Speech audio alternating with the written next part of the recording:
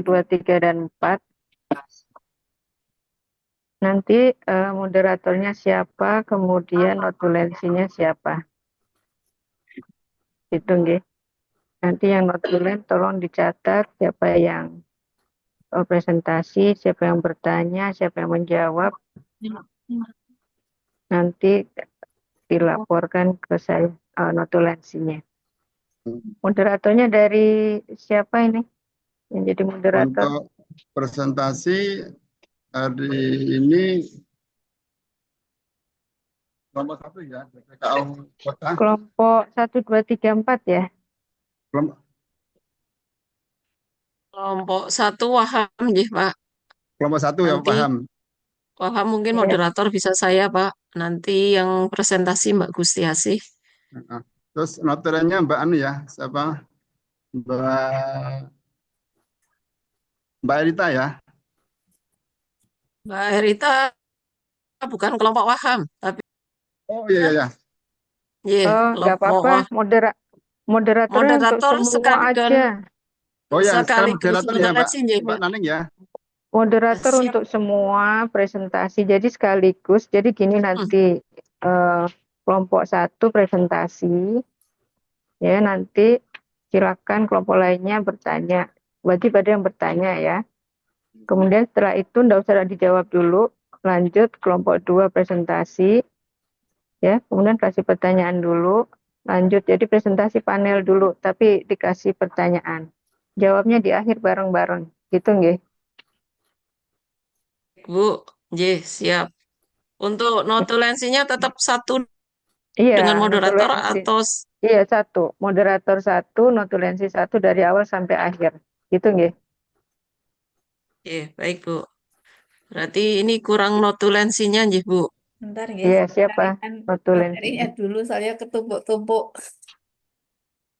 Ya, nanti saya presensinya di akhir ya.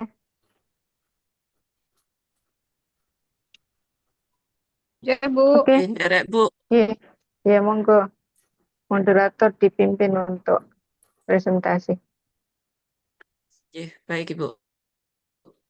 Untuk kelompok Waham dan selanjutnya halusinasi mungkin 1 dan 2. Kelompok 1 Waham, kelompok 2 halusinasi. Monggo disiapkan untuk yang presentasi. Mbak Gustiasih mungkin dari kelompok Waham, kemudian yang halusinasi dari kelompok 2 yang mau presentasi. Mbak Saloma atau Saya Bu, Mbak Wulan atau Mas Mujio? saya Bu, ya. Pak Erwin, Mas Mujio. mohon maaf Mbak Baik, Nanin, Mas Mujio. untuk yang Dalam? PPT-nya itu yang terakhir itu yang kemarin dikirim itu ya? Bu. Mbak Gusti. Oh, nggih. Tak siapkan dulu nggih.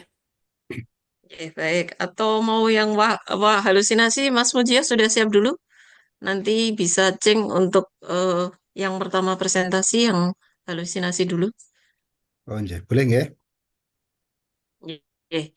Baiklah. Mari teman-teman sebelum kita mulai kegiatan hari ini kita awali dengan bersama membaca basmalah. Bismillahirrahmanirrahim. Monggo Bismillahirrahmanirrahim. kepada kelompok kedua kepada Mas Mujio untuk bisa melakukan presentasi untuk acuan keperapatan pada halusinasi. Oh, nggih. Presentasi kami persilahkan. Ya, terima kasih Bu Naning. Teman-teman yang berbahagia, Assalamualaikum warahmatullahi wabarakatuh. Waalaikumsalam warahmatullahi Saya cek dulu wabarakatuh. apakah PPT saya sudah kelihatan. Sampun Mas Sampun Yusya. ya. Ampun, Saya bisa Pak. mulai. Kami dari kelompok 2 yang terdiri dari Ibu Ani Nur Setianingsih, Mbak Wulan Putri Ambarwati, dan saya sendiri Mujio, dan juga Mbak Saloma, Ibu Erita Rahmawati, dan Mas Dedi. Pada kesempatan sore ini, saya akan mempresentasikan hasil kerja kelompok kami tentang asuhan keperawatan pada pasien halusinasi. Nah, bentar, ini salah posisi.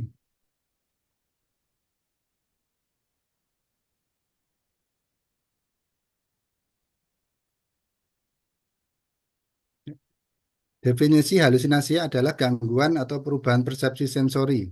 Halusinasi merupakan salah satu gejala gangguan jiwa yang membuat orang merasakan sesuatu yang sebenarnya tidak ada, yaitu seperti suara, penciuman, peraba, pengecap, ataupun penglihatan. Bersumber dari Maramis tahun 2005. Penyebabnya ada dua faktor, yaitu faktor predisposisi dan faktor presipitasi. Faktor predisposisi ini berkenaan dengan faktor perkembangan dari orang tersebut. Yang kedua, faktor sosiokultural dari budaya atau lingkungan orang tersebut. Yang ketiga, dari faktor biokimia, yaitu dari faktor mungkin obat-obatan. Dan yang keempat, faktor psikologis tentang kemampuan orang tersebut untuk beradaptasi dengan lingkungannya. Dan yang kelima adalah faktor genetik, yaitu dari keturunan. Terus faktor predisposisi adalah faktor yang memiliki stimulan yang dipersepsikan oleh individu tersebut sebagai tantangan, ancaman, ataupun tuntutan yang memerlukan energi ekstra dalam menghadapinya. Klarifikasi halusinasi menurut Maramis. Yang pertama, halusinasi penglihatan, halusinasi pendengaran, halusinasi penciuman, halusinasi pengecap, halusinasi peraba, dan juga halusinasi kinestetik, visceral, hipnagonik, hipnopomik, dan histerik. Tanda dan gejala yang bisa kita lihat dari pasien gangguan halusinasi, yang pertama, mereka biasanya sering bicara, senyum, ataupun tertawa dengan sendiri, dan menggerakkan bibir tanpa suara, kayak mereka mungkin kayak ngobrol dengan apa yang mereka hadapi, pergerakan mata yang cepat, dan respon verbal yang lambat. Jadi kalau diajak ngobrol kadang kurang nyambung gitu ya. Yang ketiga, mereka menarik diri dari orang lain dan berusaha untuk menghindari diri dari orang lain. Jadi mereka tidak suka berkumpul ataupun ngobrol dengan orang lain. Yang keempat, tidak dapat membedakan antara keadaan nyata dan keadaan yang tidak nyata. Terjadi peningkatan denyut jantung, pernafasan, dan tekanan darah.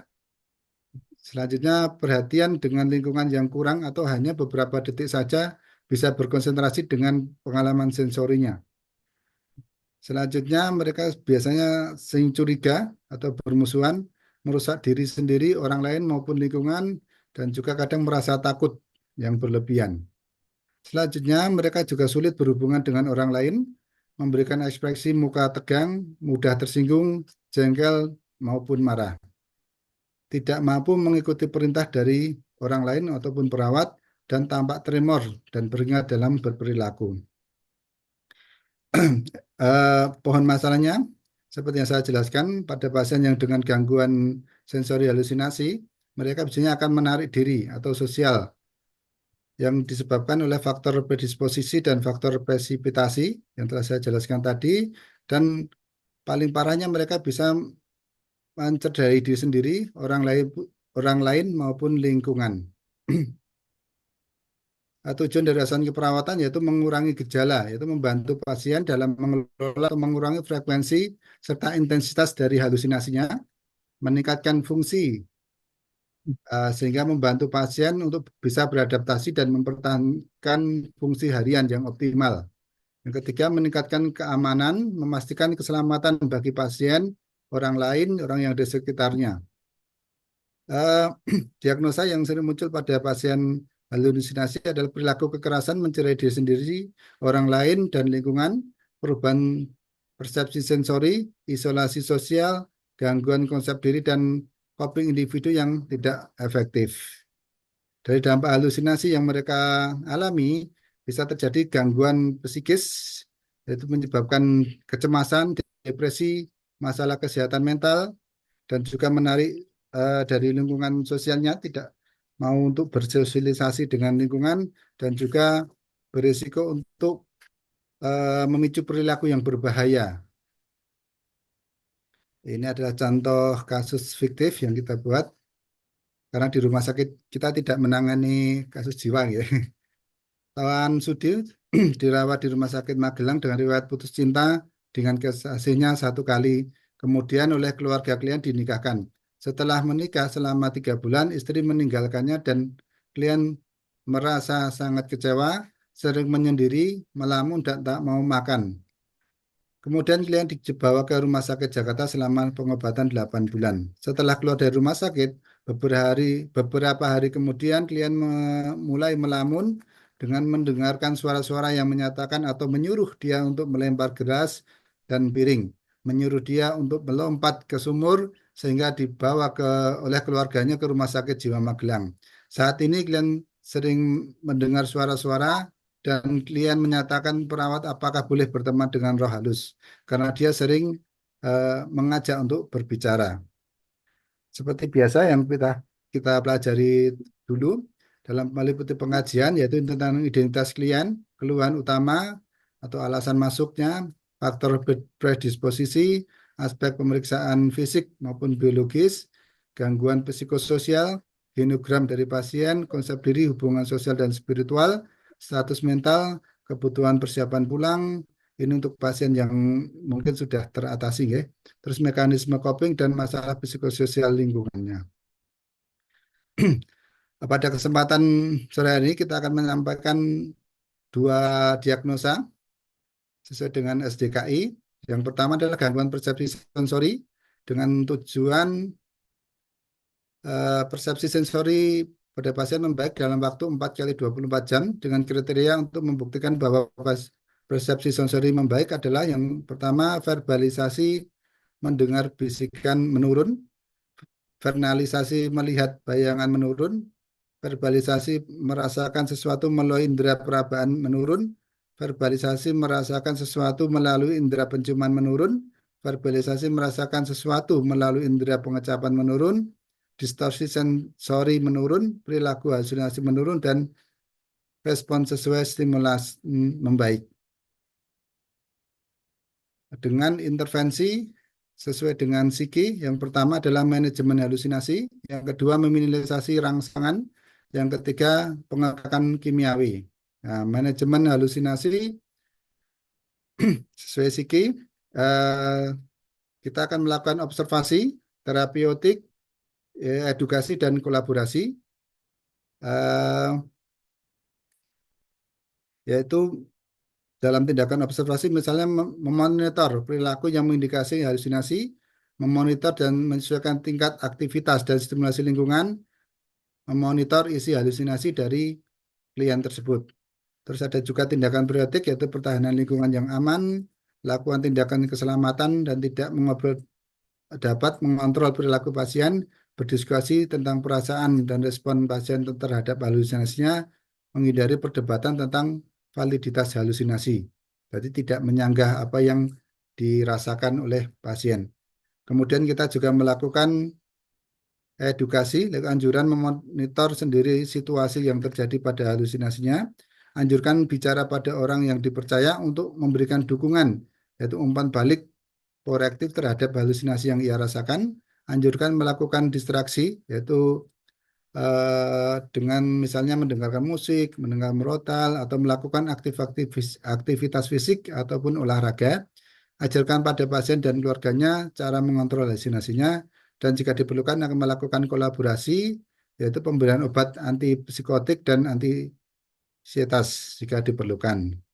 Selanjutnya meminimal rangsang yang mungkin bisa terjadi pada pasien tersebut, yaitu dengan observasi tentang status mental, status sensori, dan tingkat kenyamanan pasien ataupun kelelahan yang dirasakan pasien, yang kemudian melakukan terapeutik, diskusi tingkat toleransi terhadap beban sensori, yaitu bising atau lingkungan yang tidak nyaman, terlalu terang, atau yang mengganggu dia, dan membatasi lingkungan stimulan lingkungan seperti cahaya ataupun suara yang di lingkungannya, atau aktivitas yang mungkin bisa membuat pasien tersebut menjadi tidak nyaman, dan juga memberikan jadwal aktivitas harian dan waktu untuk istirahat, dan juga memberikan kombinasi prosedur atau tindakan dalam waktu atau sesuai dengan kebutuhan yang kira-kira bisa dilakukan oleh pasien tersebut. Dan juga kita memberikan edukasi, yaitu mengajarkan cara meminimalisasi stimulan atau mengatur pencahayaan atau lingkungan pada lingkungan pasien. Kalau diperlukan kita bisa kolaborasi tentang tindakan pemberian obat yang mempengaruhi persepsi stimulus. Yang ketiga tadi tentang pengekangan kimiawi, kita juga melakukan observasi, mengidentifikasi kebutuhan untuk dilakukan pengekangan seperti agitasi dan kekerasan, memonitor riwayat pengobatan dan alergi, memonitor respon sebelum dan sesudah pengekangan, memonitor tingkat kesadaran, tanda vital, warna kulit, dan kondisi pasien, memonitor kebutuhan nutrisi dan cairan eliminasi. Selanjutnya memberikan terapeutik, melakukan supervisi, surveillance dalam memonitor tindakan, memberikan posisi nyaman untuk mencegah aspirasi dan kerusakan kulit, ubah posisi tubuh pasien secara periodik, libatkan pasien atau keluarga dalam mengambil keputusan, dan juga memberikan edukasi, menjelaskan tujuan dan prosedur dari pengekangan obat-obat kimiawi, melatih rentang gerak sendi sesuai dengan kondisi pasien, dan juga kolaborasi tentang pemberian psikotropika. Selanjutnya, diagnosa yang kedua tentang isolasi sosial.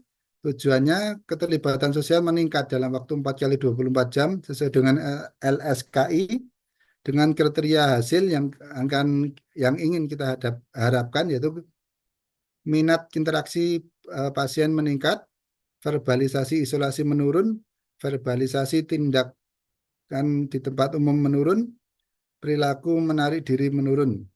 Dengan dua intervensi, yaitu promosi sosialisasi sesuai dengan psiki dan terapi aktivitas.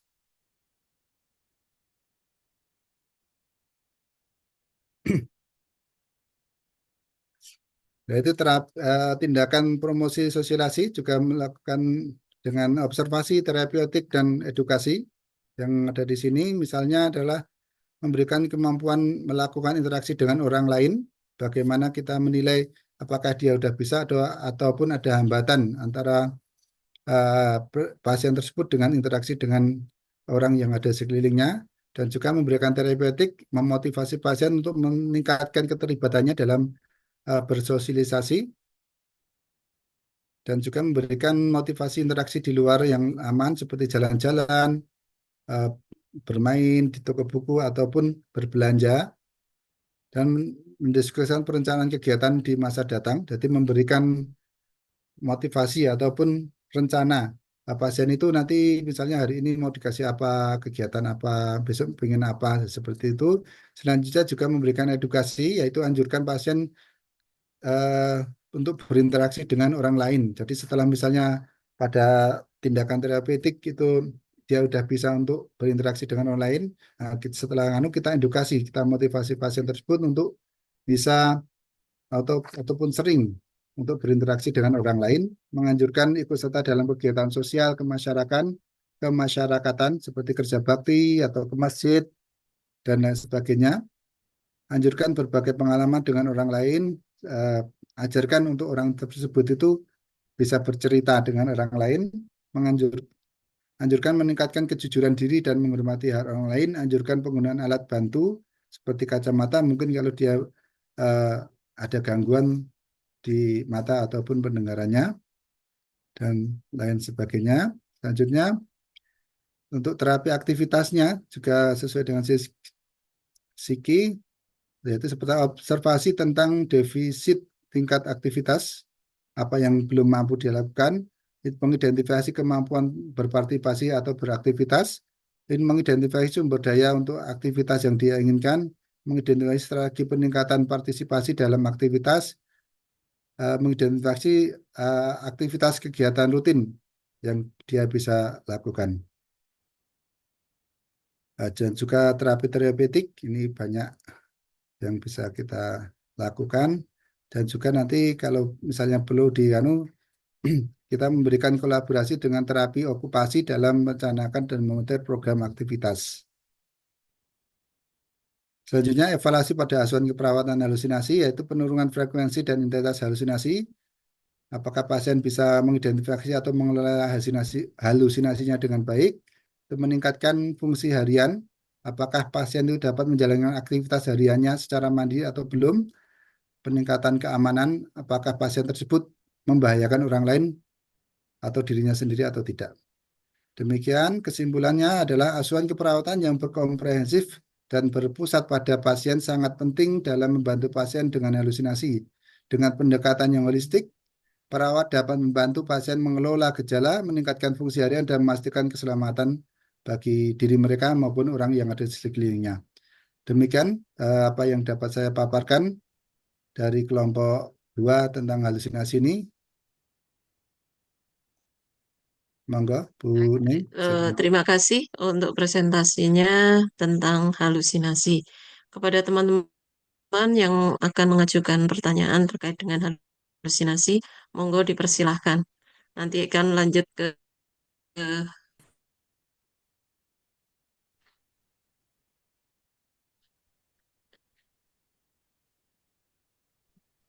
Assalamualaikum. Waalaikumsalam. Waalaikumsalam warahmatullahi. Dengan Mbak siapa? Dengan Ibu siapa? Saya Hesti Bu, Hesti Atmanasari dari PKU Gamping. Oh, monggo Mbak Hesti mau bertanya, kami persilahkan. Baik, eh,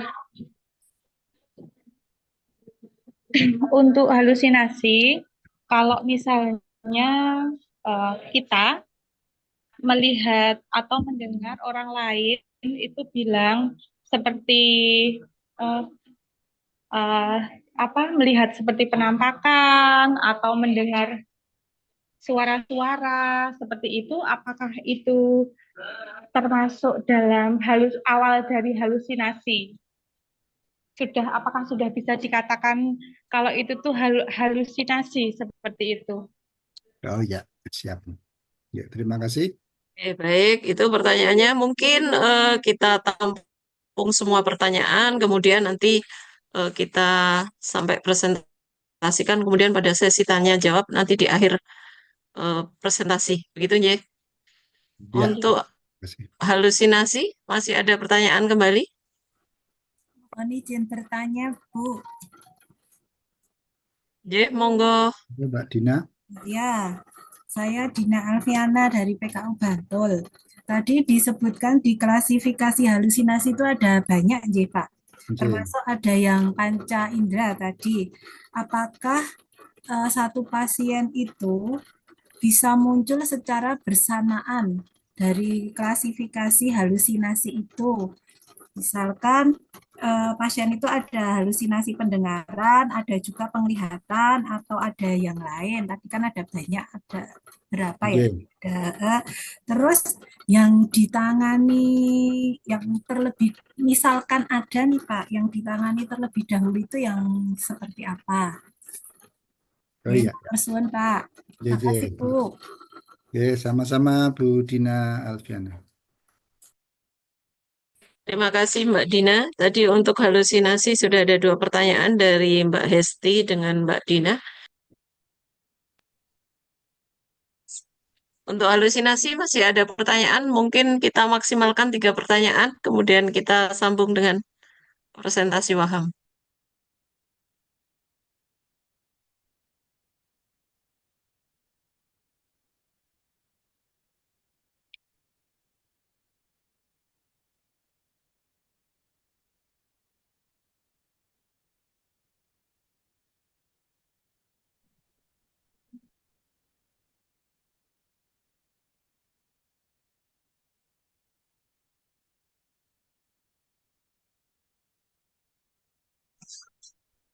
Di tempat saya sudah ada ya.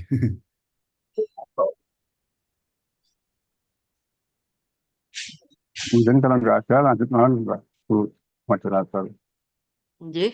Karena baru ada nih Pak, tempat saya dekat banget masjid, barusan tak mood dulu. Oh iya, ya. Monggo, untuk selanjutnya kita kembalikan kepada materi yang kedua tentang asuhan keperawatan pada Waham. Kepada kelompok yang bertugas, kami persilahkan untuk mempresentasikan.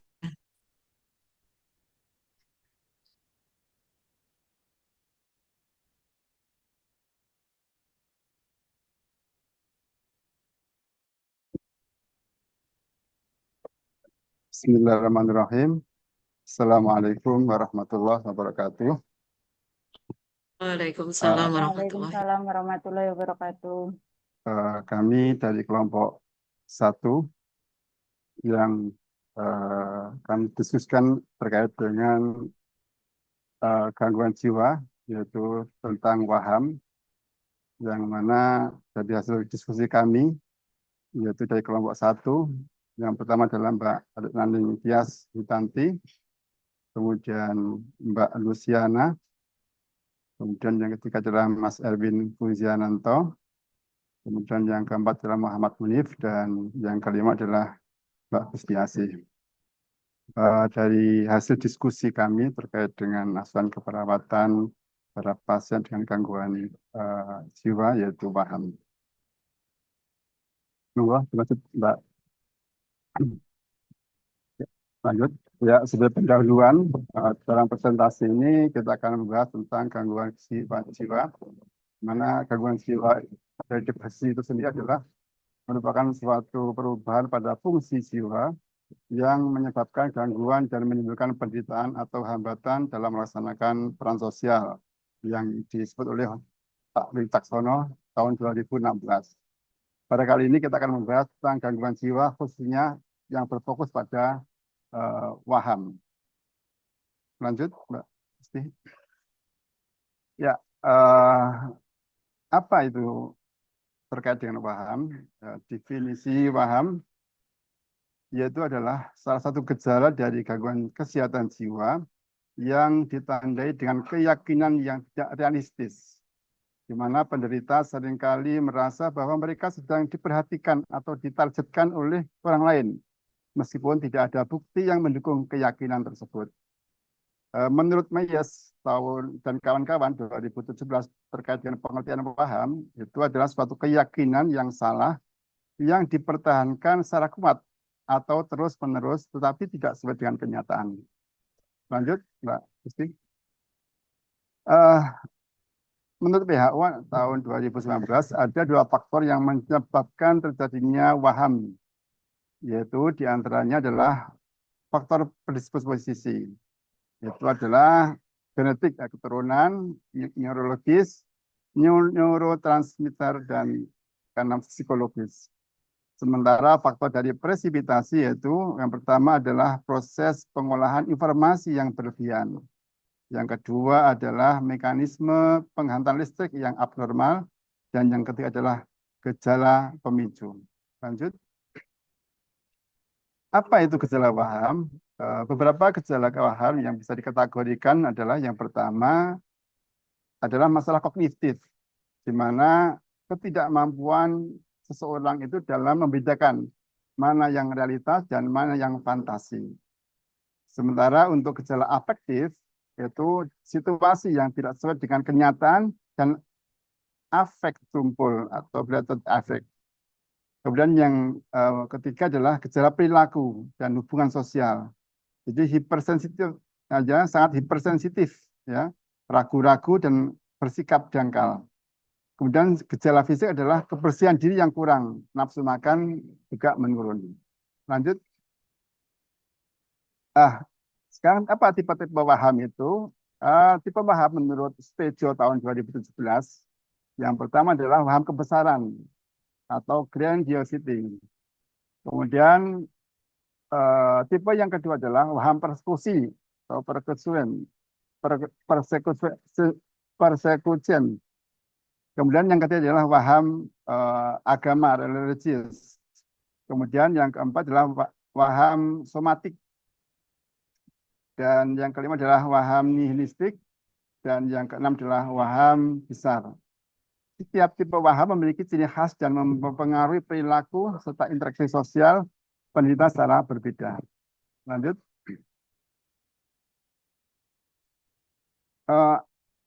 Aspek gangguan waham, yaitu terkait dengan kasus, ya.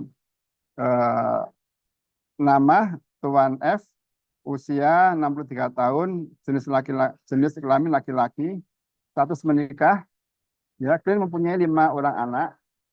Klien merasa hidupnya terbengkalai dan tidak bisa menafkahi istri dan anaknya.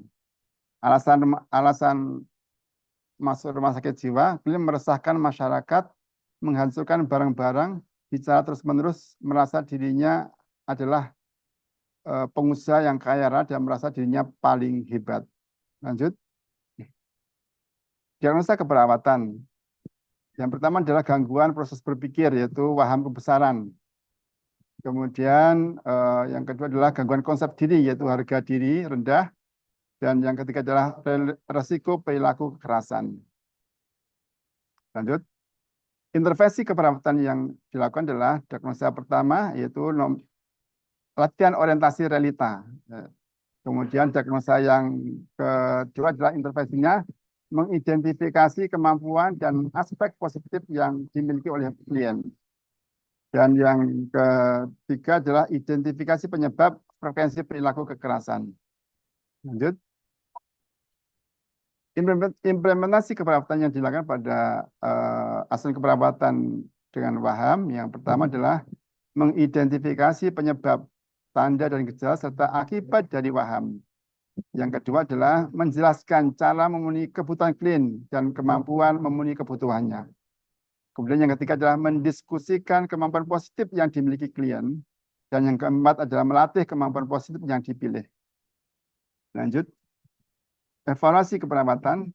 Yang pertama adalah klien mampu melakukan orientasi realita.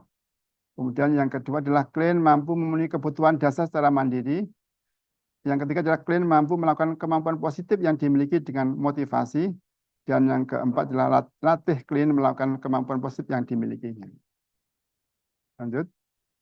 Ya, kesimpulan dari asuhan keperawatan terkait waham ini adalah memahami waham dan gangguan kesehatan jiwa lainnya adalah langkah penting dalam penanganan yang efektif. Dengan dukungan yang tepat, individu yang mengalami waham dapat mencapai kemuliaan dan meningkatkan kualitas hidup mereka.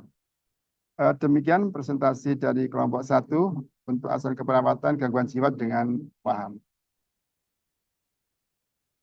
Baik, Saya terima kembalikan kasih. ke moderator.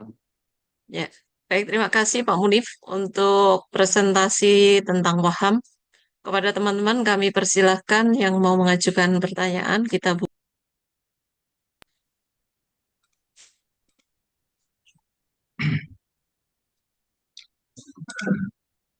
Izin bertanya. Baik, monggo. Ini tentang waham ya. Ini kan tentang persepsi keyakinan tentang sesuatu gitu. Apa yang membedakan antara waham dengan halusinasi dalam konteks kesehatan mental? Itu saja. Terima kasih. Baik, Pak Gunawan, pertanyaannya sudah saya catat. Kemudian untuk selanjutnya masih ada pertanyaan Izin tanya, terkait Bu. waham. Izin tanya, Bu. Monggo, Mbak Yanita. Ya, saya Yanita dari PKU Bantul. Izin bertanya, ketika ada pasien waham, itu kan kita tidak boleh menyangkal dan tidak boleh mengiyakan. Apa yang harus kita lakukan ketika kita menemukan pasien seperti itu?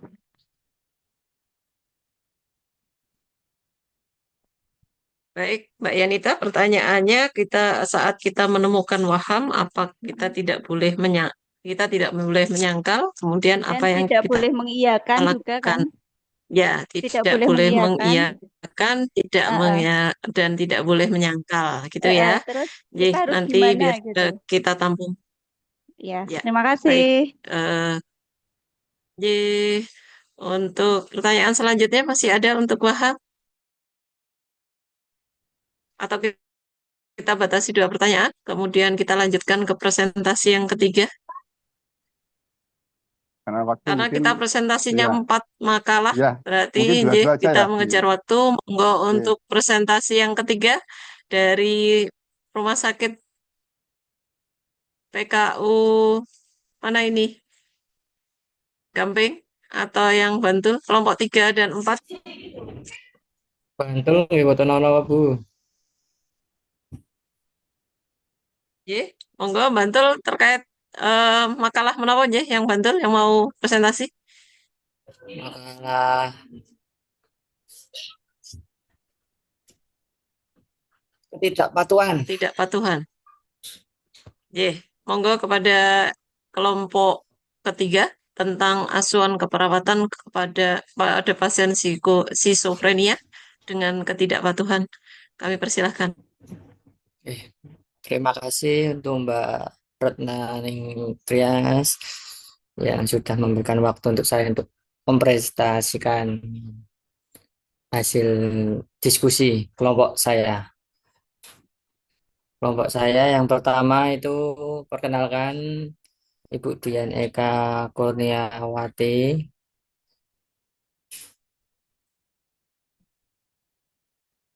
Yang kedua Bu Listiani Wulan.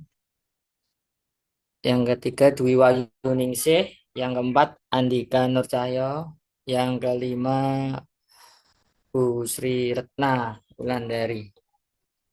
Pengertian skizofrenia adalah sekelompok reaksi psikotik yang mempengaruhi berbagai area fungsi individu termasuk fungsi berpikir dan berkomunikasi, menerima dan menginterpretasikan realitas, merasakan dan menunjukkan emosi dan berperilaku yang dapat diterima secara rasional.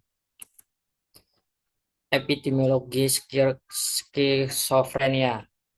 Menurut WHO pada tahun 2011, penduduk di dunia mengalami gangguan jiwa sebesar 450 juta orang, di mana sepertiga dari jumlah tersebut terjadi di negara-negara berkembang. WHO juga menunjukkan bahwa potensi seseorang mengalami gangguan jiwa cukup tinggi. 1 di antara 4 orang mudah terserang gangguan jiwa. Klasifikasi skizofrenia. Yang pertama, skizofrenia paranoid. Yang kedua, skizofrenia terdisorganisasi atau hebephrenic. Yang ketiga, skizofrenia residual. Yang keempat, skizofrenia katatonik. Yang kelima, skizofrenia tak perinci. Patofisiologi skizofrenia. Yang pertama, faktor genetik. Yang kedua, gangguan neurotransmitter. Yang ketiga, gangguan morfologi dan fungsi otak. Gejala skizofrenia. Yang positif, yang pertama waham, yang kedua halusinasi, yang ketiga gelisah, agresif, gembira yang berlebihan, bicara terlalu semangat. Yang negatif, yang pertama kehilangan kemampuan berpikir atau berbicara, yang kedua isolasi diri, yang ketiga kehilangan kehendak atau inisiatif, yang keempat alam perasaan yang tumpul Terus atau yang datar. Matabur itu, yang Terapi. sekarang Tujuan itu mengurangi sudah nggak frekuensi layak. tingkat keparahan, Mengapa nggak layak? memperbaiki Karena apa? gejala, Ketika meningkatkan sampai pada bulan kapasitas besar, fungsional itu dan tidak mau berhenti. kualitas hidup. Oh, 3 jadi tahap prinsip spesifikasinya sudah terapi. berbeda dengan Fase kita akut, beli yang dulu-dulu yang itu. kedua fase stabilitas, yang Yang dulu-dulu itu. ketiga Jadi fase apa? pemeliharaan. Nggak compatible, nggak compatible. Terapi tahap Ya, pemeliharaan, sehingga salah satu masalah dalam ya penanganan terus kemudian skizofrenia adalah ya salah satunya kekambuhan, adalah sedangkan pembeli fenomena kekambuhan lebih itu banyak yang harga 1 M itu. diakibatkan karena putus obat atau ketidakpatuhan minum obat yang memungkinkan pasien dirawat inap kembali. Oleh sebab itu, pada tahap pemeliharaan ini, dukungan keluarga dan lingkungan sangat penting bagi pasien skizofrenia. Asuhan keperawatan, pengkajian,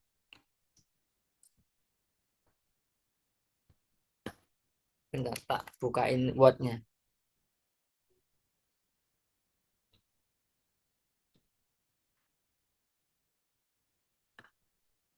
Identitas, keluhan utama, faktor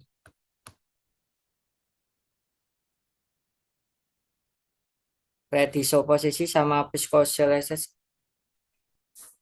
psikososial, genogram, konsep diri, hubungan sosial, spiritual.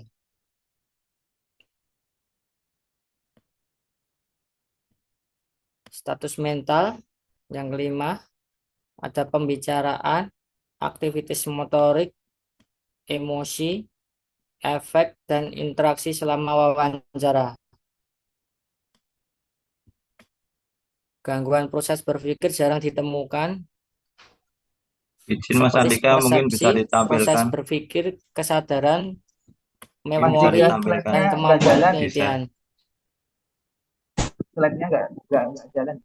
Di sini kita menemukan untuk ketidakpatuhan minum obat, kita mengambil satu diagnosa adalah coping tidak efektif berhubungan dengan ketidakadekuatan strategi coping.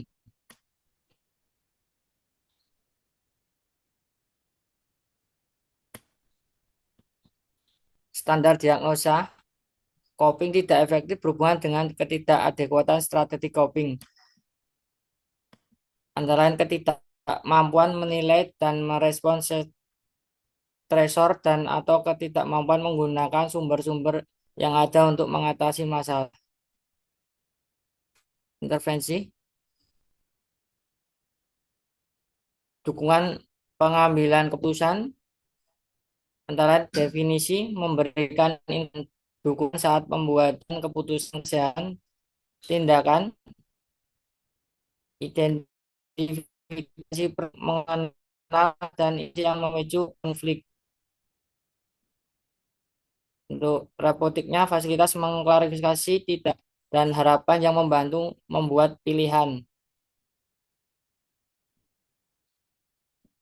Membuat pilihan untuk kita evaluasi ketidakpatuhan minum obat tadi.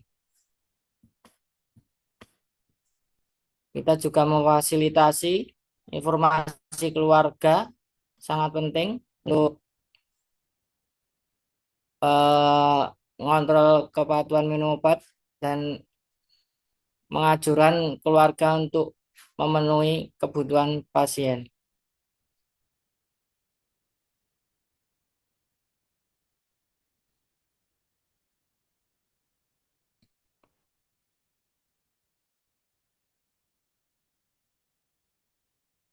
Kesimpulan, ketidakpatuhan minum obat pada pasien skizofrenia menjadi salah satu sebab utama terjadi kekambuhan dan menjadikan pasien rawat inap kembali, sehingga dukungan keluarga dan lingkungan sangat penting.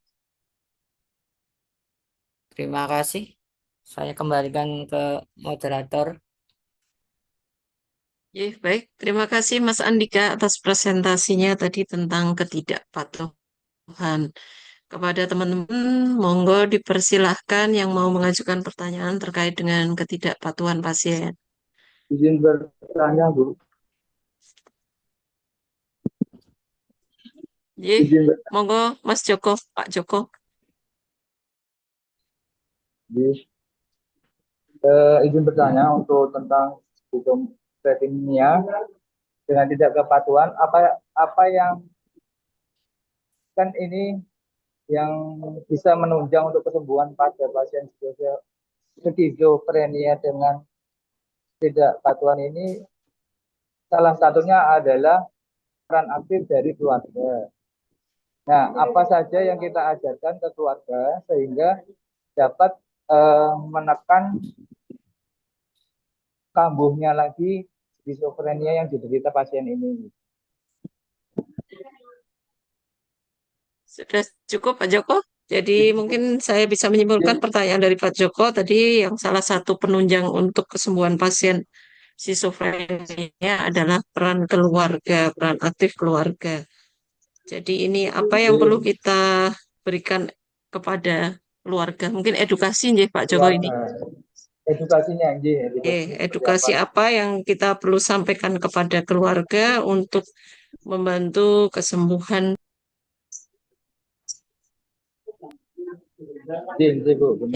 Baik, selanjutnya ada pertanyaan?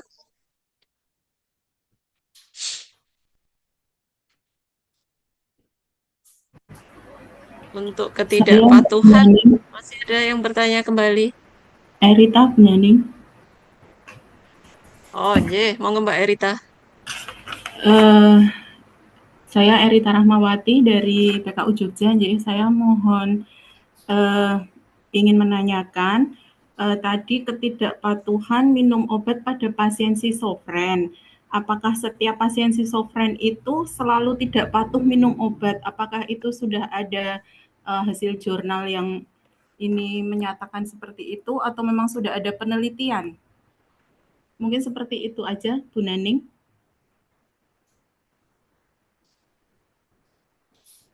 Baik, saya perjelas mungkin pertanyaan dari Bu Erita tadi untuk ketidakpatuhan pasien skizofren itu hanya berdasar jurnal atau penelitian, begitu nggih, Mbak Erita? Nggih. Itu jadi nanti monggo dari kelompok mulai sekarang bisa menyiapkan jawaban atas pertanyaan dari teman-teman. Selanjutnya adalah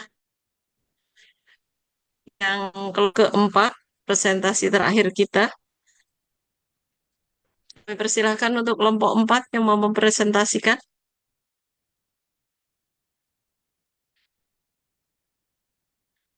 Untuk kelompok 4 nanti tentang menapa nggih ini? Perilaku kekerasan. Perilaku Ya, kekerasan. RPK nggih. RPK Nggih. resiko perilaku kekerasan. Monggo untuk pada kelompok yang bertugas kami persilahkan.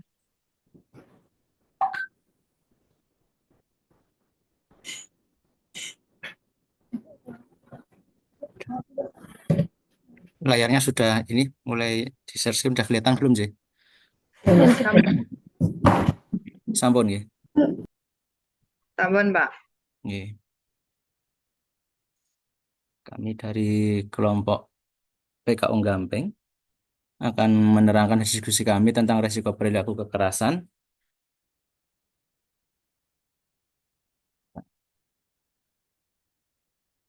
Apa itu resiko perilaku kekerasan? Yaitu suatu perilaku yang maladaptif dari kemarahan, hasil dari kemarahan yang ekstrim ataupun panik.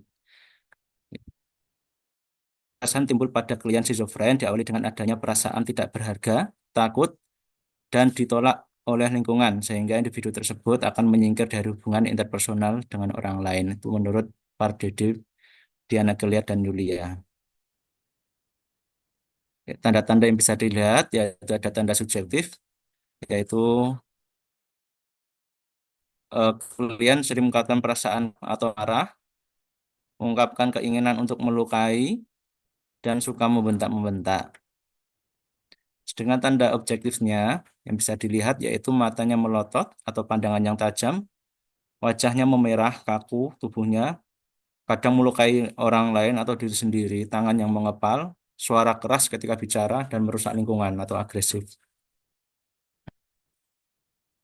Kemudian etiologinya dari perilaku kekerasan yaitu ada faktor predisposisi. Ya. Faktor predisposisinya antara lain yaitu kerusakan otak organik atau retardasi mental yang tidak mampu menyelesaikan masalah secara efektif. Terus rejeksi yang berlebihan atau rejeksi yang berlebihan yaitu saat anak-anak terpapar kekerasan selama masa perkembangan.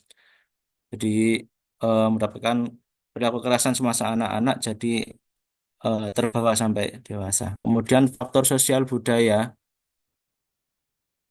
atau social learning theory yaitu aktif tidak berbeda dengan respon-respon yang lain. Kultural pula mempengaruhi perilaku kekerasan. Kemudian faktor bios yaitu neurotransmitter yang sering dikaitkan perilaku agresif di mana faktor pendukungnya adalah masalah yang tidak menyenangkan, sering mengalami kegagalan, kehidupan yang penuh tindakan aktif dan lingkungannya tidak kondusif. Perilaku reinforcement yaitu yang diterima pada saat melakukan dan sering mengobservasi kekerasan di rumah. Sehingga semua aspek ini menstimulasi individu mengadopsi perilaku kekerasan.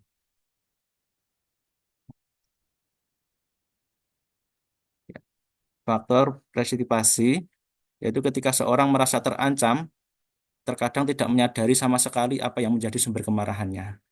Tetapi secara umum, seseorang akan mengeluarkan respon marah apabila merasa dirinya terancam. Faktor presipitasi bersumber dari klien, lingkungan, atau interaksi dengan orang lain. Ya, faktor yang mencetuskan terjadinya perilaku kekerasan terbagi dua, yaitu ada klien. Dari klien sendiri ada kelemahan fisik, keputusasaan, tidak berdayaan, kurangnya percaya diri. Lingkungan antara lain ribut, kehilangan orang atau objek yang berharga, konflik interaksi sosial. Penata laksanaan pada perilaku kekerasan bisa juga dengan melakukan terapi restrain, yaitu aplikasi langsung kekuatan fisik pada individu tanpa izin individu tersebut, yaitu untuk mengatasi kebebasan gerak. Terapi ini melibatkan penggunaan alat mekanis atau manual untuk membatasi mobilitas pasien. Kemudian ada terapi medis yang dapat jika perlu di terapeutik yaitu dengan antipsikotik bisa dengan CPZ, risperidone, clozapidon, riflurazin. Nggih. Untuk terapi non medis seperti terapi general yaitu seperti mengajarkan pengendalian amarah atau konsep dasar asuhan keperawatannya dimulai dari pengkajian, yaitu pengkajian identitas, alasan masuknya, terus faktor predisposisinya, pemeriksaan psikososial. Sedangkan pengkajian psikososial sendiri yaitu ada konsep diri, seperti citra tubuh, identitas diri, peran diri, ideal diri, harga diri, sosial, aktual,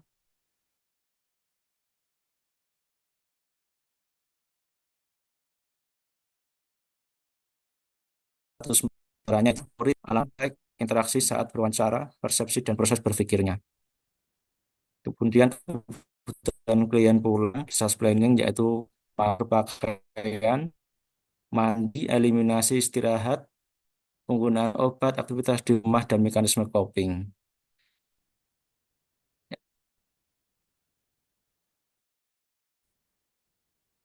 Diagnosa keperawatan yang bisa dapat dari psikoperilaku kekerasan bisa disimpulkan ada antara lain defisit perawatan diri berhubungan dengan penurunan motivasi atau minat, resiko perilaku kekerasan berhubungan dengan perasaan depresi, harga diri rendah dengan perubahan peran sosial, isolasi sosial, dan perubahan status mental. Terima kasih. Dikasih, monggo jika ada yang ingin dipertanyakan. Terima kasih kepada Pak Ramadan yang sudah presentasikan risiko perilaku kekerasan. Singkat, jelas, dan menarik, Bapak Ibu. Monggo silakan yang mau bertanya, kami izin bertanya, Bu. Monggo dari PKU Bantul ya. Iya. Pertanyaan simpel saja. Apa yang menjadi motivasi pelaku di kekerasan tersebut? Baik. Ini bertanya tentang motivasi apa yang membuat terjadinya perilaku kekerasan gitu ya Pak. Iya, betul. Oke, selanjutnya pertanyaan lagi dibuka. Jumlahnya, Pak. Monggo Pak Gunawan lagi atau itu untuk dengan kekerasan, bagaimana cara yang untuk menilai kekerasan pada pasien? Itu saja mungkin. Terima kasih. Baik. Terima kasih Pak Gunawan. Beliau menanyakan cara efektif menilai terjadinya resiko perilaku kekerasan pada pasien. Jadi mungkin nanti bisa dijelaskan cara menilainya seperti apa. Baik, kita sudah presentasi dari makalah tentang halusinasi, waham, dan ketidakpatuhan. Yang terakhir, resiko perilaku kekerasan.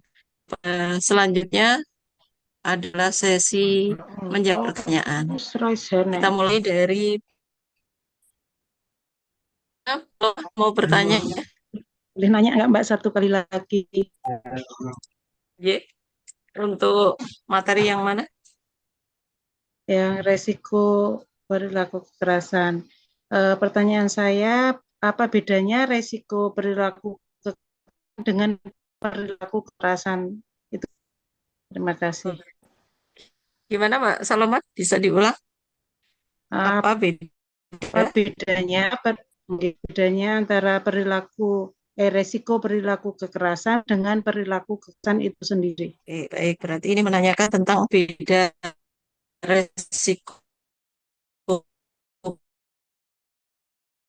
perilaku diri. Mbak. Masih boleh bertanya, Selanjutnya, monggo. Masih boleh bertanya. Untuk materi yang mana, Yang perilaku. Ini Mbak Nur Iswantri atau Retna, Mbak Sri Retna ya Wulandari Mbak dari Sri PKU. Retnaulandri. Mungkin ini pertanyaan terakhir nanti kita tidak Ya, selesai nggih, nggih. nggih. Ini Bu masalah, soalnya ini kan sering sekali kejadian di sekitar rumah. Itu tuh pasien dengan untuk bisa memberikan terapi karena kalau itu mau mendekati kan takut kalau terjadi melukai yang akan menolong itu loh.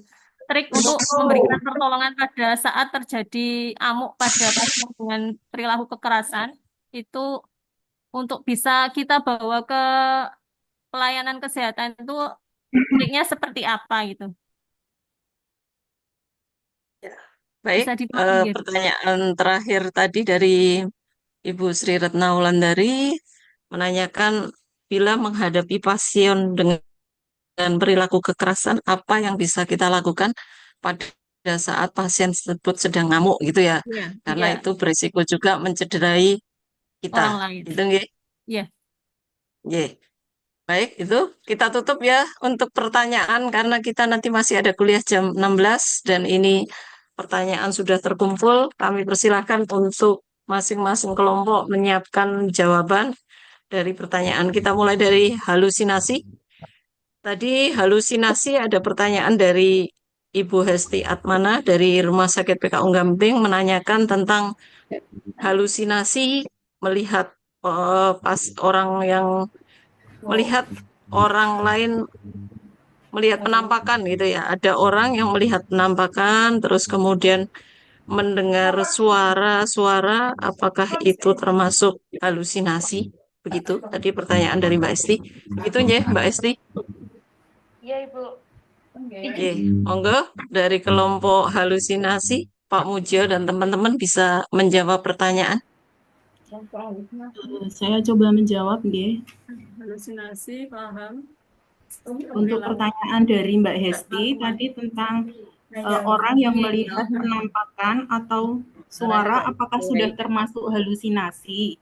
Nah, ini sudah termasuk halusinasi ini soalnya sesuai dengan pengertian halusinasi adalah gejala gangguan jiwa yang merasakan sesuatu yang tidak sebenarnya atau tidak ada atau bayangan palsu.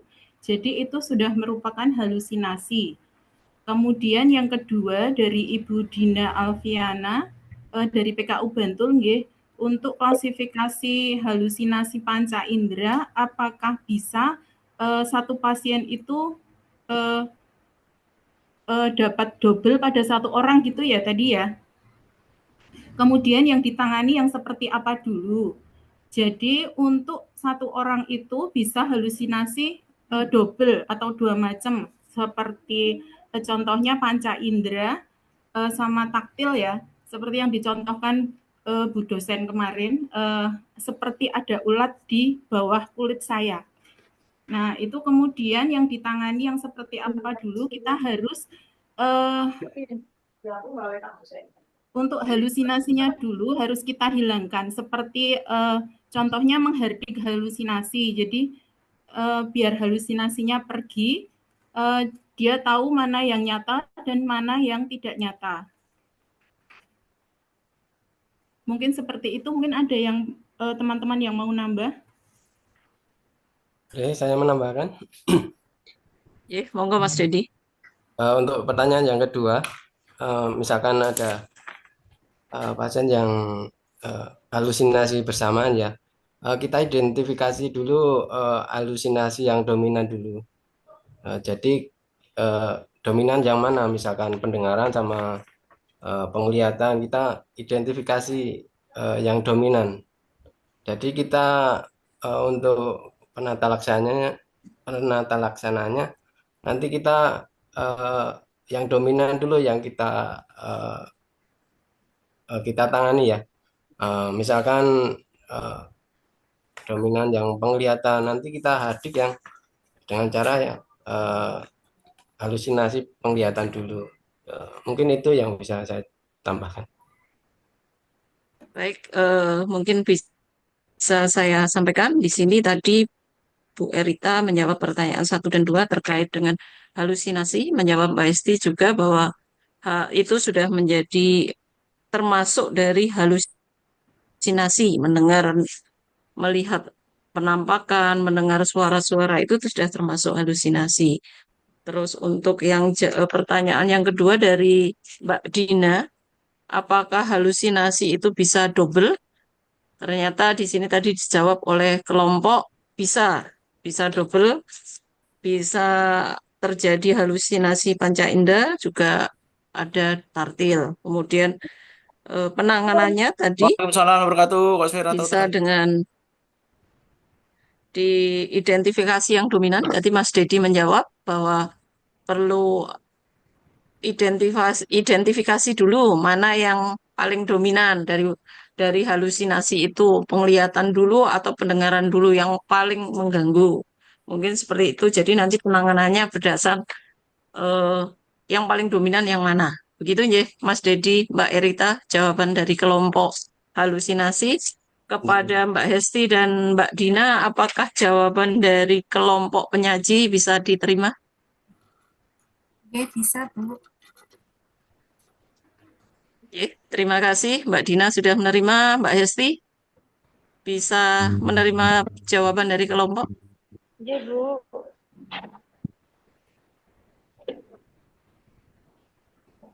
Iya, bisa, Bu. Sudah cukup ya untuk ya. Terima kasih untuk halusinasi. Kita selesaikan di sini. Pertanyaan sudah terjawab oleh kelompok. Kemudian kita lanjutkan tentang waham. Monggo untuk waham ini pertanyaannya tadi dari Pak Gunawan. Pak Gunawan menanyakan apa beda waham dengan halusinasi. Kemudian dari Mbak Yanita, pada kasus waham, pada pasien waham kita tidak boleh menyangka, tapi tidak boleh juga mengiyakan.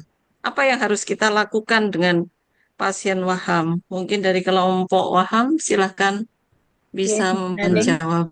bisa Silahkan. Ya, monggo. izin untuk menjawab dari pertanyaan dari gangguan jiwa waham. Yang pertama yaitu dari Bapak Gunawan, apa yang membedakan antara waham dan halusinasi, nggih? Gangguan jiwa waham yaitu keyakinan yang keliru tentang isi pikiran yang dipertahankan secara kuat atau terus-menerus namun tidak sesuai dengan kenyataannya. Sedangkan gangguan jiwa halusinasi adalah kondisi di mana individu mengalami perubahan dalam jumlah atau pola dari stimulus yang datang dikaitkan dengan penurunan berlebihan, distorsi, atau kerusakan respon terhadap stimulus. Bisa terjadi gangguan persepsi sensori di mana individu merasakan adanya stimulus melalui panca indera tanpa adanya merangsang nyata. Itu adalah perbedaan dari gangguan jiwa waham dan gangguan jiwa halusinasi. Untuk pertanyaan yang kedua dari Mbak Yanita, bagaimana cara menyikapi terhadap pasien gangguan jiwa waham? Karena kita sebagai tenaga kesehatan tidak boleh menyangkal dan tidak boleh mengiyakan terhadap pasien tersebut.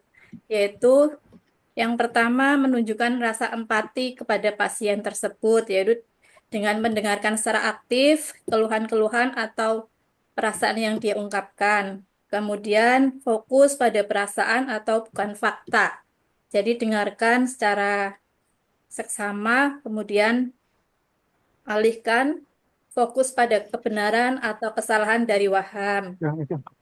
Kemudian ajak bicara tentang hal-hal lain. Cobalah mengalihkan perhatian pasien ke topik yang lebih netral dan menyenangkan.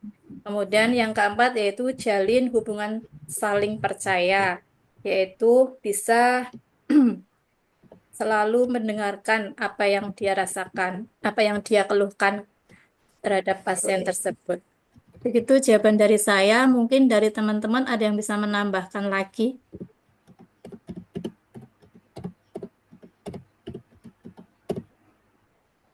Monggo dari kelompok Ya, waham mungkin ada yang mau menambahkan. mungkin dikembalikan lagi ke penanya. Mungkin dengan jawaban tersebut Untuk gimana? penanya, monggo Pak Gunawan tadi sudah diterangkan tentang perbedaan waham dengan halusinasi. Sudah bisa diterima? Ya, cukup. Sampun cekap nggih Pak Gunawan. Cukup, terima kasih.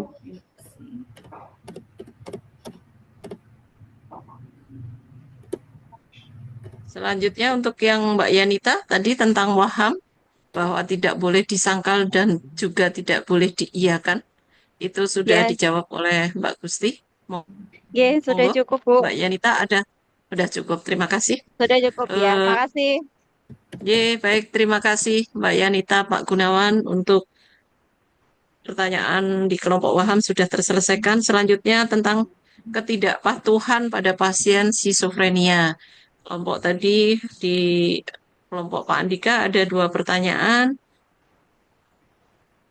Pertama dari Pak Joko, sebenarnya untuk menunjang kesembuhan pada pasien skizofrenia adalah peran aktif keluarga di sini.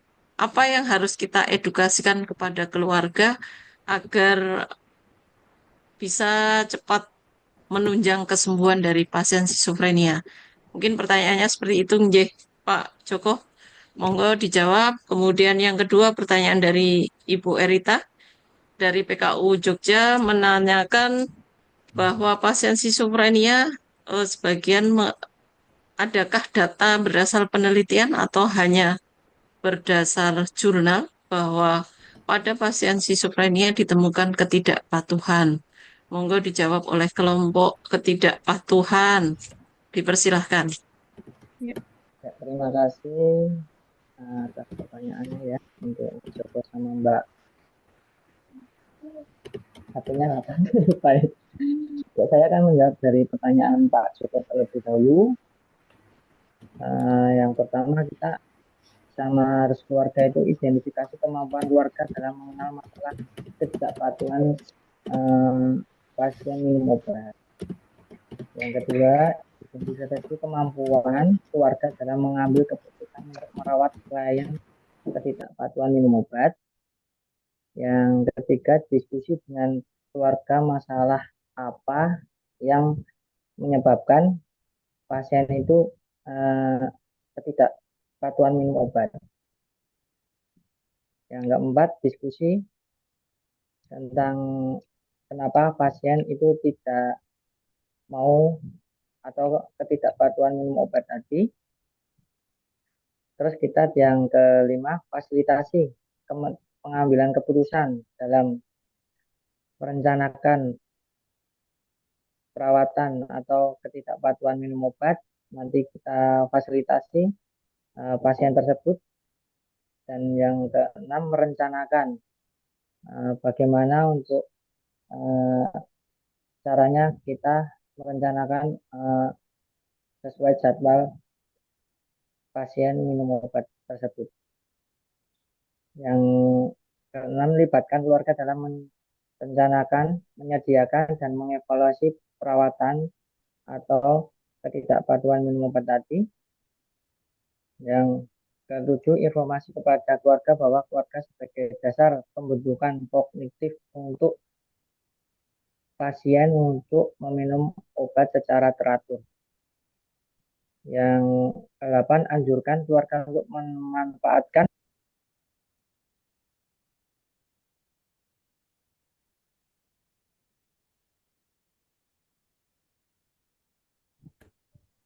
Sudah cukup Pak Andika. Benar. Suaranya kurang jelas soalnya tadi. putus ya, Teman-teman Bu. bisa mendengarkan. Suaranya agak jauh mengajarkan dan melatih. jadi Yang ke-9, mengajarkan dan melatih keluarga dalam ketidakpatuhan minum obat.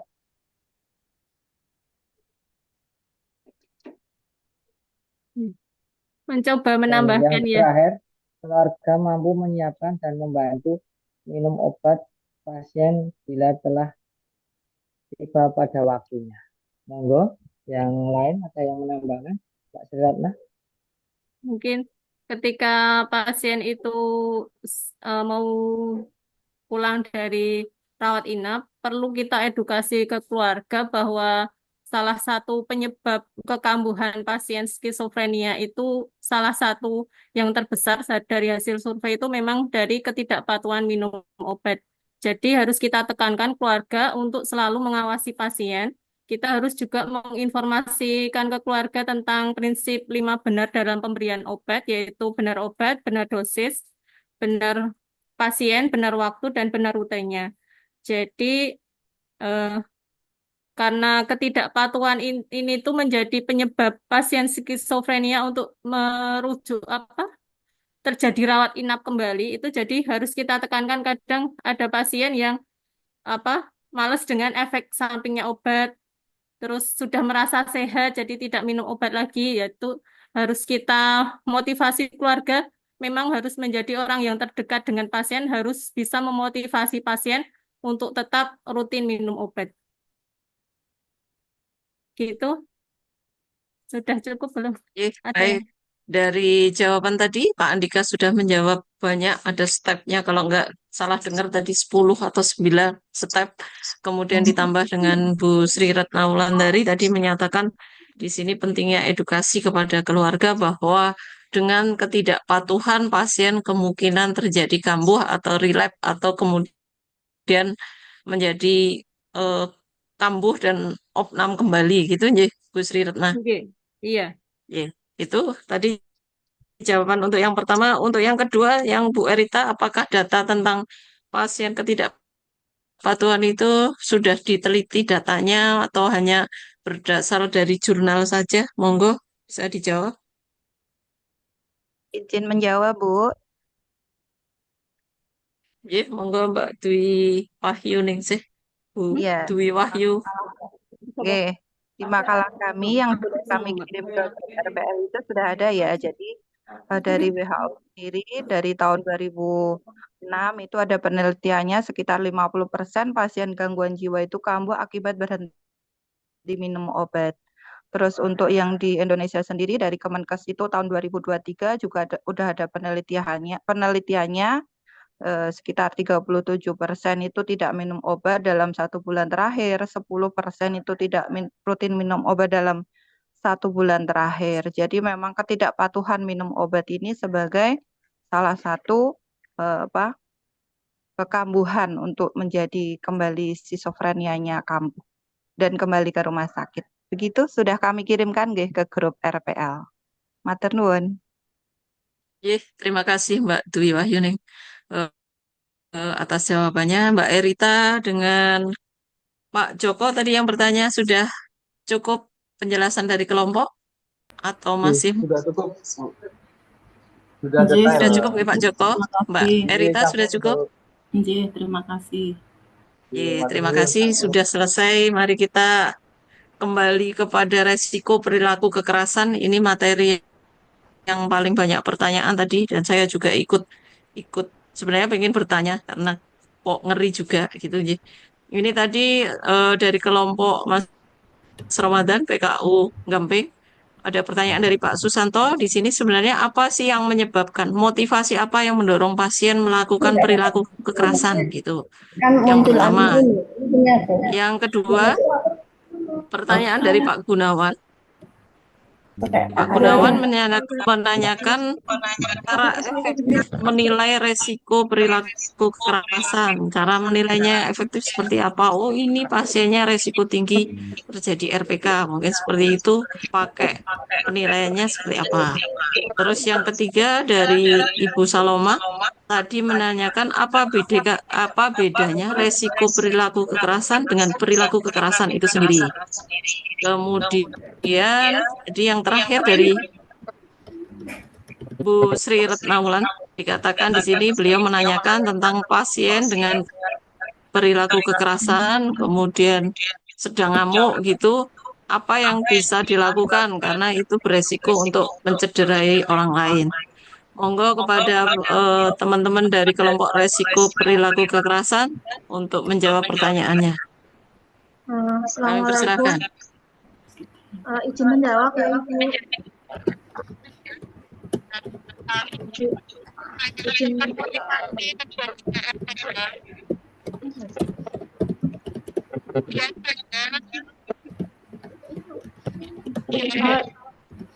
Izin menjawab ya Bu ya. Yang Monggo Mbak Khotimatul Bariro. Mau menjawab? Nggih. Apa yang menjadi motivasi pasien melakukan perilaku kekerasan, nggih? Ini dapat bervariasi, kombinasi antara faktor internal, misalnya emosional dan psikologis, dan faktor eksternal lingkungan atau situasional. Di antaranya mungkin ini frustasi atau ketidakberdayaan, kemudian rasa takut atau ancaman, nyeri atau ketidaknyamanan fisik, gangguan mental, kemudian stres lingkungan atau situasional. Mungkin itu Bu jawabannya. Atau teman-teman ada yang mau menambahi? Jadi ini untuk perilaku kekerasan tadi apa yang menjadi motivasi sudah terjawab. Jadi Pak Susanto dari Mbak Barir tadi mengatakan ada faktor internal dan eksternal. Salah satu yang mungkin tadi katakan mungkin ada gangguan mental, juga mungkin ada ketidakberdayaan gitu ya. Monggo Pak Susanto sudah menerima jawaban ini. Ya, baik, terima kasih, Bu. Baik, terima kasih. Selanjutnya untuk pertanyaan kedua tadi, cara efektif menilai resiko perilaku kekerasan. Monggo dari kelompok RPK bisa menjawab. Bismillahirrahmanirrahim. Assalamualaikum warahmatullahi wabarakatuh. Waalaikumsalam warahmatullahi wabarakatuh. Saya dari PKU Pengadilan Bandung, Ibu. Izin menjawab untuk pertanyaannya Pak Gun tadi, menjawab.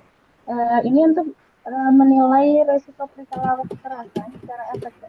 Nanti bisa mengidentifikasi faktor resiko, misal kayak mengenali faktor seperti pemikiran waham atau halusinasi, apakah ada riwayat kekerasan yang dapat meningkatkan resiko, terus misal mengamati fisik orang tersebut atau emosional pasien tersebut, misal ada mimik wajah merah, pandangan tajam atau perilaku yang sangat agresif seperti itu. Terus setelah itu bisa meninggalkan untuk mengurangi melibatkan keluarga untuk dukungan emosional untuk mengurangi perilaku kekerasan. Seperti itu Bu, ataukah rencang-rencang ada yang mau nambahin? Monggo tadi sudah dijawab sama Mbak Inti. Mbak Inti Nur menjawab pertanyaan dari Pak Gunawan untuk cara efektif menilai resiko jatuh. Jadi dengan mengidentifikasi termasuk nanti di sini adakah waham, adakah halusinasi, begitu, atau dorongan-dorongan yang mendorong untuk melakukan perilaku kekerasan. Mungkin dari Pak Gunawan, jawaban dari kelompok RPK sudah bisa diterima?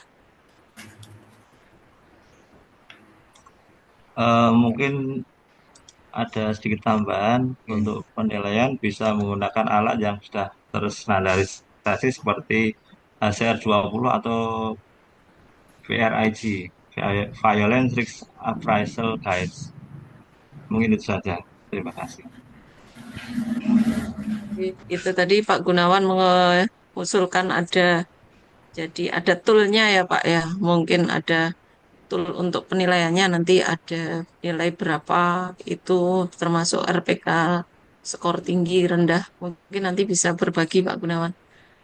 Mungkin itu. Terus yang ketiga dari Mbak Saloma, bedanya resiko perilaku kekerasan dengan perilaku kekerasan itu sendiri apa? Monggo kelompok RPK untuk menjawabnya. Ya, Bu, izin menjawab pertanyaan dari Mbak Saloma terkait perbedaan resiko perilaku kekerasan dengan perilaku kekerasan itu sendiri. Kalau resiko itu biasanya merujuk pada kemungkinan atau potensi seseorang untuk melakukan kekerasan, tetapi belum ada tindakannya, nggih.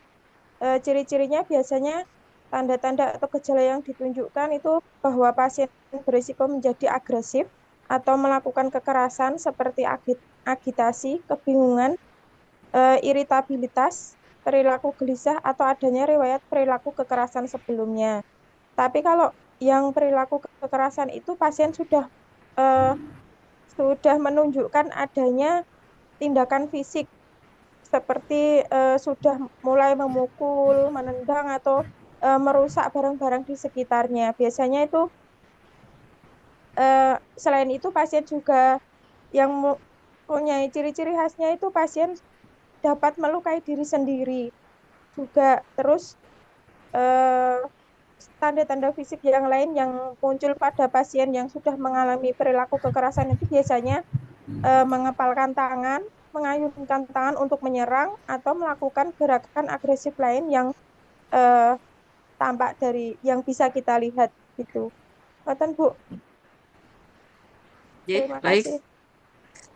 Matur nuwun Mbak Erni tadi jawabannya kalau resiko itu belum sampai melakukan perilaku kekerasan, tapi kalau perilaku kekerasan sudah terjadi melakukan melukai diri sendiri ataupun melakukan kekerasan kepada orang lain. Mungkin itu Mbak Saloma bisa menerima jawabannya.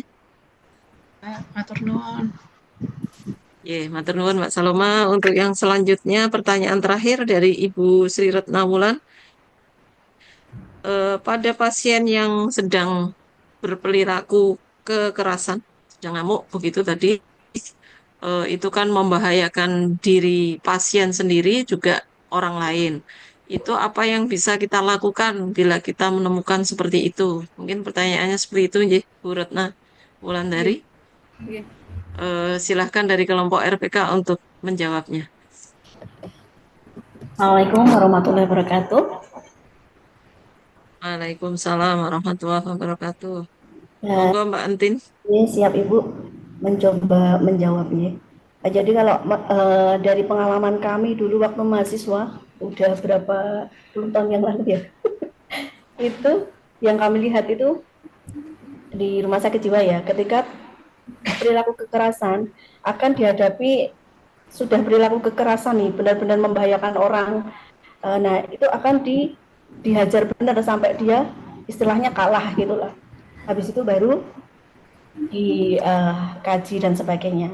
Itu pengalaman saya pribadi. Nah kalau secara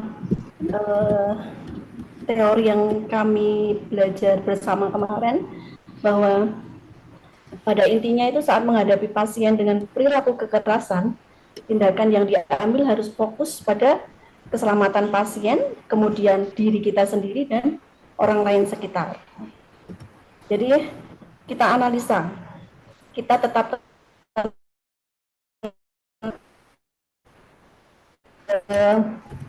kira-kira bahaya enggak? Misalnya tidak, kita berikan istilahnya kita berikan ruang dulu, jaga jarak yang aman dari pasien. Kemudian kalau sudah kita pastikan aman, tidak resiko mencederai siapapun, kita gunakan teknik deeskalasi.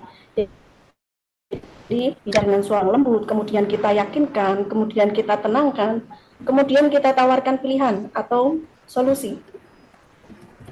Dan kita validasi perasaan pasien dengan menyatakan bahwa kita mengerti mereka marah atau kecewa dan kita ada di sana untuk mereka.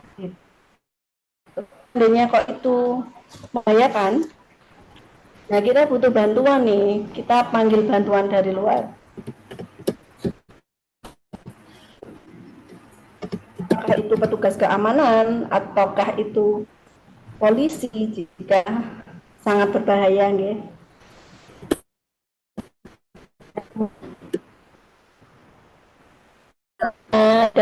Dan kita bisa restoran fisik atau kimia, yaitu dengan obat penenang sebagai pilihan terakhir. Nah itu nanti sudah bersinggungan dengan medis ya. Kemudian kita dokumentasikan, kita evaluasi setelah atau insiden sebagai bahan pengkajian kita untuk penentuan perencanaan perawatan ke depannya. Jadi pendekatan ini bertujuan untuk menjaga keselamatan semua pihak, kemudian meredakan ketegangan, membantu pasien dalam mengatasi perilaku kekerasan secara lebih efektif.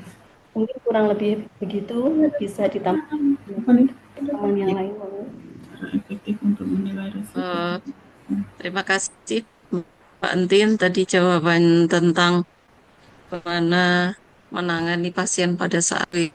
Jadi berdasar pengalaman memang jadi kayak film-film ya Bu ya, karena harus kita mempertaruhkan juga keselamatan kita. Jadi kita harus, karena tenaga yang dikeluarkan pada pasien dengan perilaku kerasan lumayan luar biasa. Jadi perlu penanganan yang luar biasa juga. Mungkin tadi penjelasan dari Bu Entin bisa diterima oleh penanya Ibu Sri Retnawulan. Itu kalau semisal ini Mbak kejadiannya di rumah mungkin di keluarga kita itu apa prosedur untuk biar bisa kita membawa ke pelayanan kesehatan itu gimana ya Mbak? Soalnya kalau dideketi itu pasti kan akan ngamuk dan untuk diajak ke anu juga nggak mungkin, pasti juga akan menolak itu. Kalau kalau itu kan mungkin sudah di rumah sakit ya udah banyak orang. Kalau di rumah sendiri itu gimana ya? Ya, kita harus cari bantuan tentang kalau memang kita nggak bisa menghadapi. Jadi kita cari bantuan, entah itu keamanan, polisi, bahkan kita rumah sakit mungkin ya. Untuk dijemput ya. Betul, nggih. Yang jelas kita amankan dulu. Ya, ya. Terima kasih Mbak. Sama-sama. Terima kasih. Mungkin saya sedikit bisa menambahkan terkait dengan resiko perilaku kekerasan. Kejadian yang di rumah dalam satu masyarakat, mungkin kita memang, saya sendiri pernah ada kejadian seperti itu, maka kita melibatkan aparat tadi. Mungkin Mbak Entin sudah benar, karena resiko untuk terjadinya cedera bisa ke kita, juga ke pasien tersebut. Terus kita koordinasi untuk penjemputan nanti, karena pasien sedang juga perlu ada penanganan pemberian obat penenang mungkin yang harus melibatkan dari rumah sakit. Dan kasus-kasus penjemputan pasien skizofrenia ataupun pasien yang mengamuk itu juga terjadi. Pernah ada pengalaman seperti itu. Terus tambahan dari saya, nanti kita konsultasikan dengan Ibu dosen, Ibu Mam, terkait dengan penanganan yang tepat terhadap pasien dengan RPK. Mungkin itu saja hari ini diskusi kita membahas 4 makalah terkait dengan waham, halusinasi, ketidak resiko perilaku kekerasan. Terima kasih kepada teman-teman yang telah mempresentasikan dan telah berdiskusi pada ruang sore hari. Kepada Ibu Mamnuah, kami silakan untuk memberikan materi ataupun ulasan, koreksi, dan ini kita presentasikan. Kepada Ibu Mamnuah kan.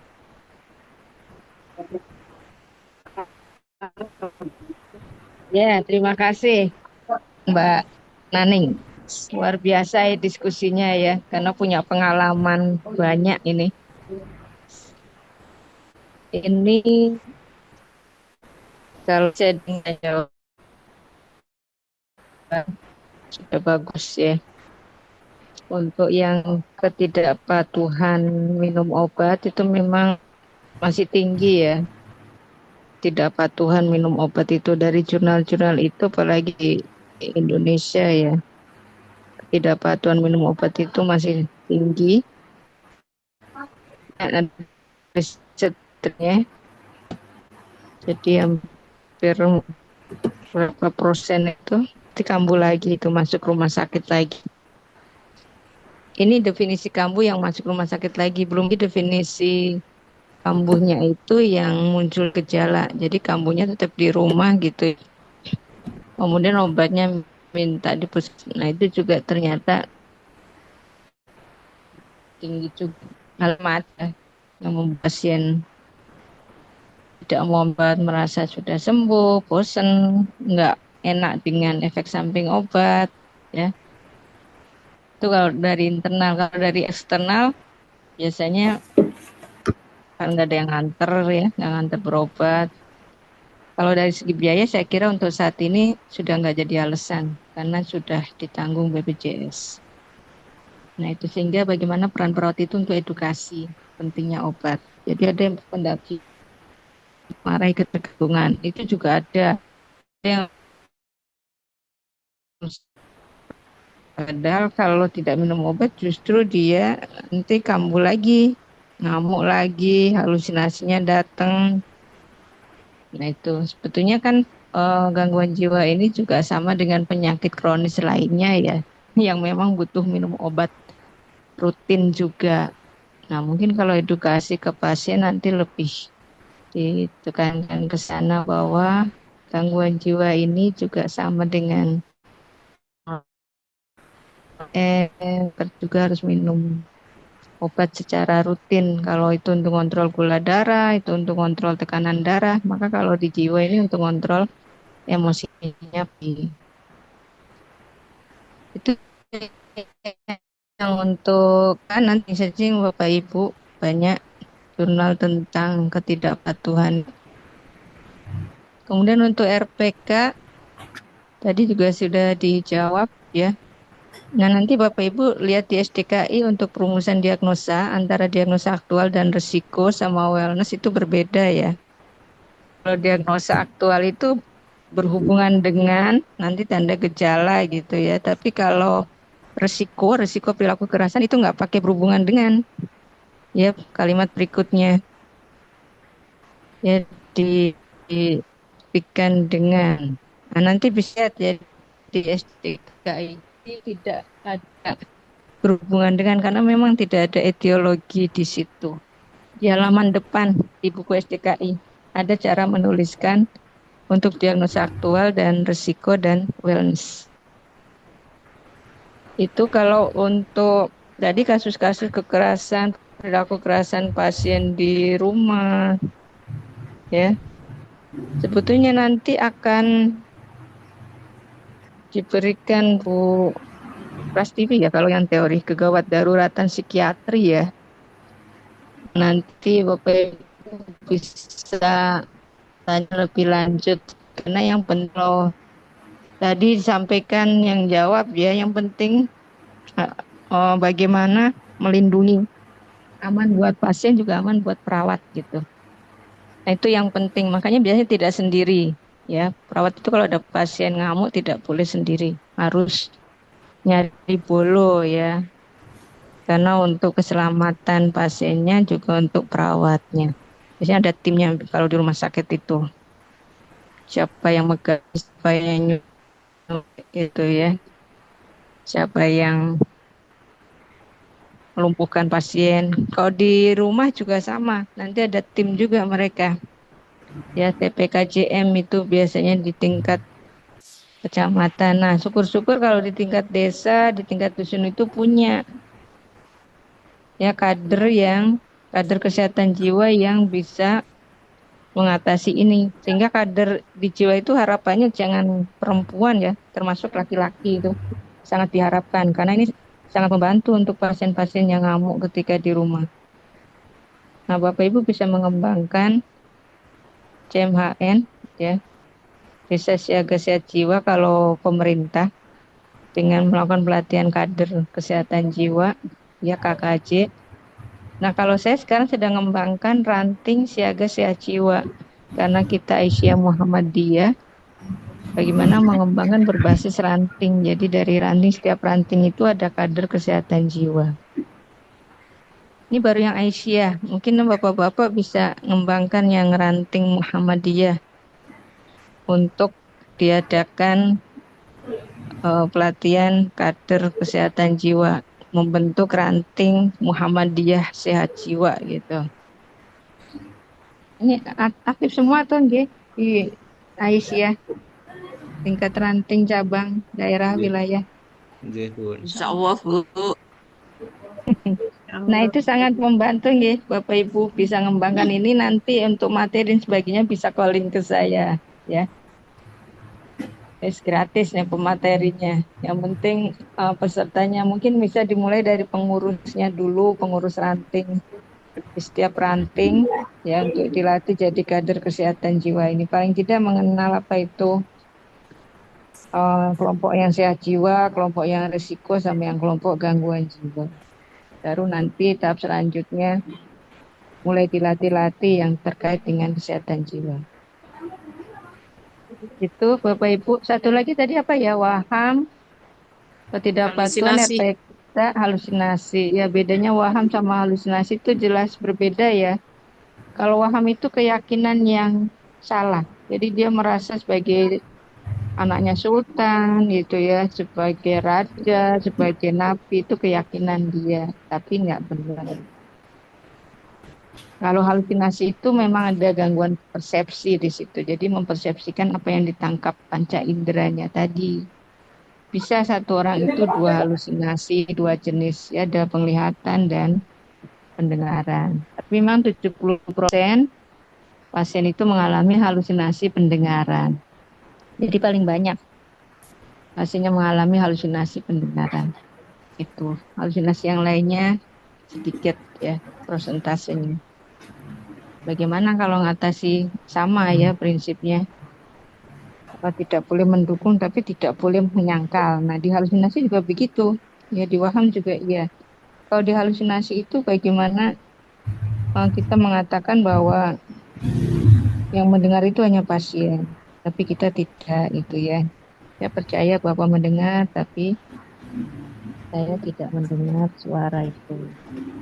Nah, kalau di waham itu harus mengorientasikan ke realitas. Nah, ini biasanya sangat kasustik ya, tergantung kasusnya. Ya, ketika pasiennya merasa sebagai raja, bagaimana kita mengembalikan realitas pasien sekarang ada di mana, Bapak? Nah, kalau raja tinggalnya di mana? Tanpa harus, oh Bapak bukan raja, Bapak kan tidak tinggal di keraton, ini kan di rumah sakit jiwa, tidak harus ngomong gitu ya. Nah, tapi kita kondisikan tadi, Bapak sekarang ada di mana? Kalau ini raja itu tinggalnya di mana, Pak? Kita tidak sedang menyangkal, tapi nah jangan sekali-kali malah mendukung ya. Dulu kalau saya nguji mahasiswa itu, pasiennya waham merasa ada ular di perutnya, malah ditanya lebih lanjut, ularnya ada berapa gitu ya, laki-laki apa jantan apa betina. Waduh, ini tambah mendukung wahamnya ya.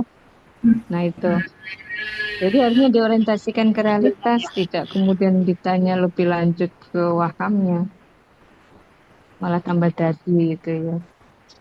Bapak selama di rumah sakit apakah masih ada itu ya? Nggak ada suster, waktu di rumah gitu. Nah, kalau di rumah sakit minum obat rutin tidak itu ya. Kalau di rumah minum obat enggak. Nanti kita bisa masuk dari situ. Oh, ternyata jadi obatnya itu tadi ya bisa membantu menghilangkan apa yang dia yakini tadi.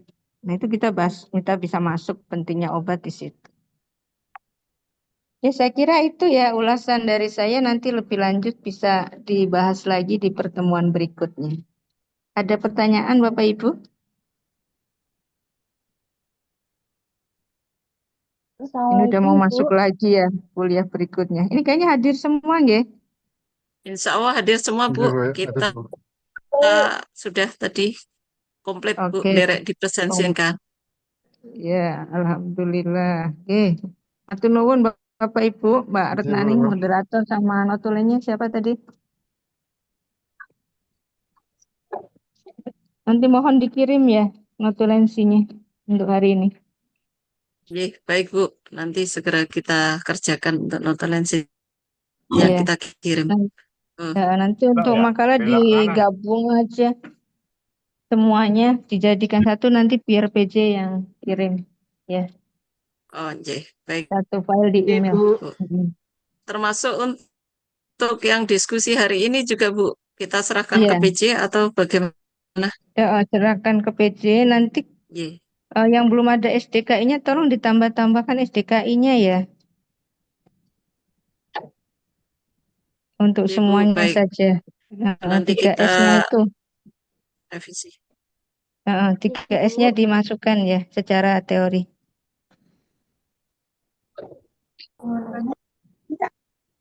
Oke, baik, mungkin teman-teman masih ada pertanyaan. Iya, monggo. Mohon maaf, cukup, mungkin Mbak. Bu Mamnuah, karena kita masih ada kuliah jam 16 dengan Bu Sarwi nanti ini belum pada sholat asar, mungkin kita Iya, akhiri saja, Bu. iya, baik. Saya cukupkan ya. Mari kita akhiri dengan